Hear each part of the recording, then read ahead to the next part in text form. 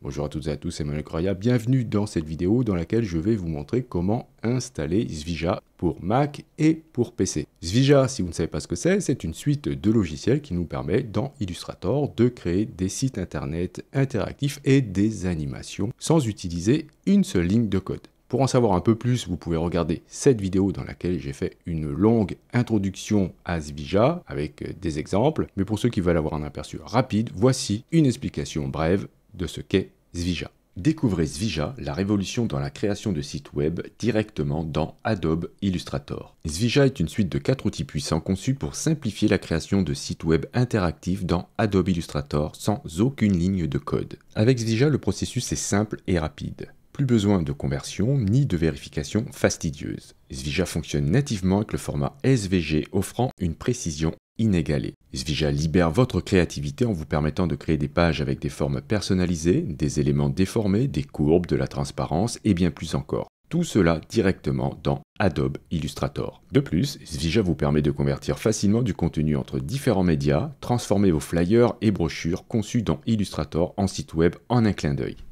Svija est gratuit pour un usage personnel. Pour les comptes professionnels, je vous invite à contacter directement l'équipe de Svija. Maintenant que vous savez ce qu'est Svija, voici comment l'installer. Pour créer un compte, c'est très simple. Quand vous êtes sur le site Svija, vous allez cliquer ensuite sur Create Account. Vous allez indiquer ici votre nom et votre prénom, votre adresse email, votre pays ou votre ville, le nom du site que vous souhaitez.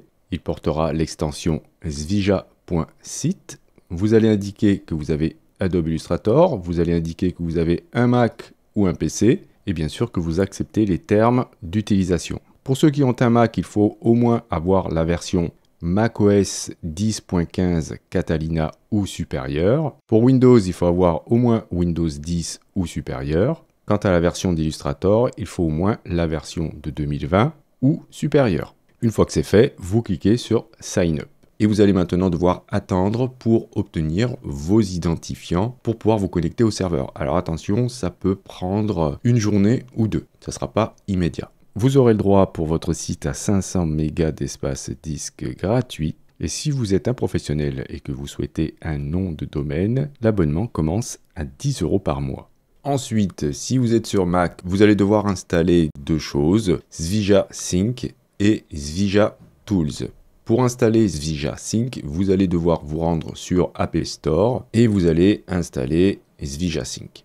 Ensuite, vous allez devoir installer depuis Adobe Exchange Svija Tools et ça sera valable aussi pour ceux qui ont un PC. Sinon, vous le trouverez aussi depuis l'application Creative Cloud. Vous cliquez sur Stock et Marketplace. En haut à droite, vous allez cliquer sur la loupe pour faire une recherche et vous allez saisir Svija. Cliquez sur Svija Tools et en haut à droite, vous allez cliquer sur Installer.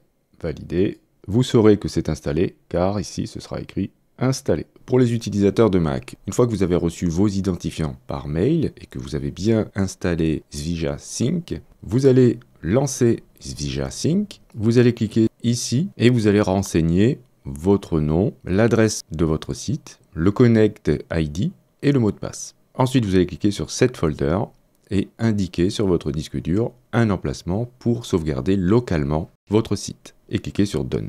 Cliquez ensuite sur Download pour voir ce qui a été installé. Cliquez sur Folder. Avant de commencer à travailler, vous allez devoir, à partir de Svija Sync, cliquer sur Cloud pour vous loguer sur votre site. Donc vous allez saisir ici votre nom ainsi que le mot de passe. Vous allez vous retrouver dans la console d'administration de votre site. Et pour voir votre site en ligne, eh bien, cliquez sur le lien correspondant au nom de votre site à ce niveau-là. Vous allez pouvoir voir votre site tel qu'il est temporairement. Vous allez retourner dans Svija Sync. Vous pouvez cliquer sur pause pour arrêter temporairement la synchronisation et cliquer ensuite sur Folder pour avoir accès à la page de votre site.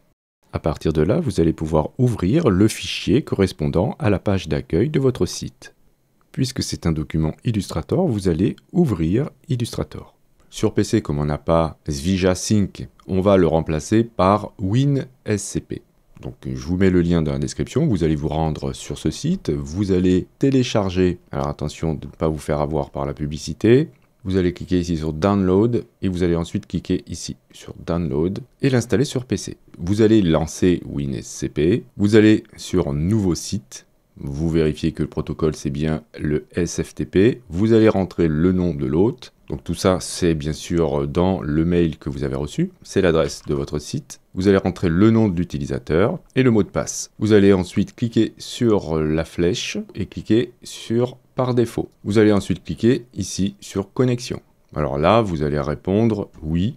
Une fois que vous êtes logué, vous allez voir dans la colonne de droite ce que contient votre serveur et dans la colonne de gauche ce que contient votre ordinateur. Vous devez créer un répertoire pour votre site qui sera en local sur votre ordinateur. À l'intérieur de votre dossier que vous venez de créer pour votre site, vous allez créer un autre dossier que vous allez appeler Sync. SYNC.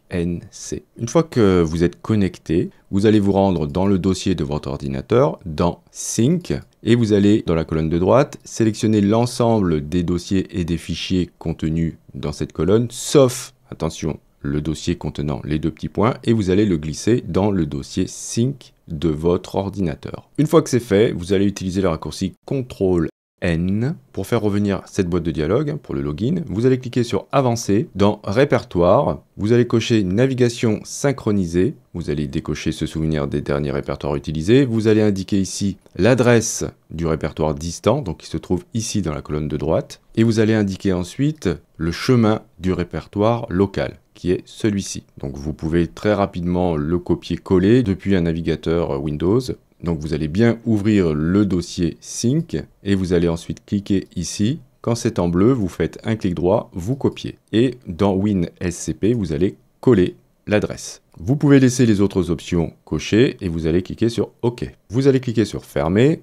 Vous allez ensuite dans Commande, garder le répertoire à jour ou le raccourci CTRL-U. Vous allez choisir ensuite le bon dossier. Ici, il faut que ce soit le dossier Sync de votre site en local et vérifier que vous avez bien ici la bonne adresse pour votre site en ligne. Vous allez cocher toutes ces options, effacer les fichiers, mettre à jour les sous-répertoires, continuer en cas d'erreur et synchroniser au démarrage. Et vous allez cliquer sur Démarrer.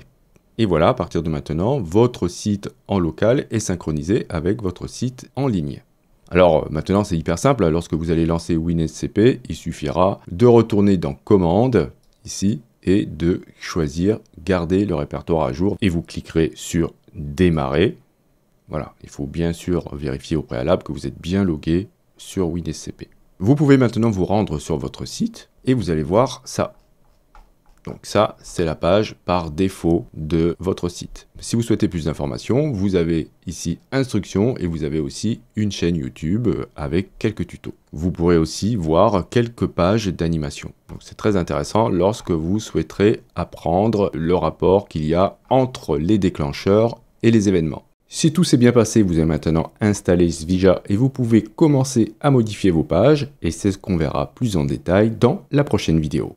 Je vous remercie d'avoir suivi cette vidéo. Si vous avez des questions, bien sûr, n'hésitez pas à le faire dans les commentaires. Si vous souhaitez soutenir cette chaîne, c'est hyper important que vous cliquiez sur j'aime. Et si vous n'êtes pas abonné et que vous souhaitez le faire, vous pouvez cliquer sur abonnez-vous. N'oubliez pas la petite clochette pour être averti des prochains cours ou des prochains tutos. Et justement, on se dit à la prochaine pour un autre cours ou pour un autre tuto.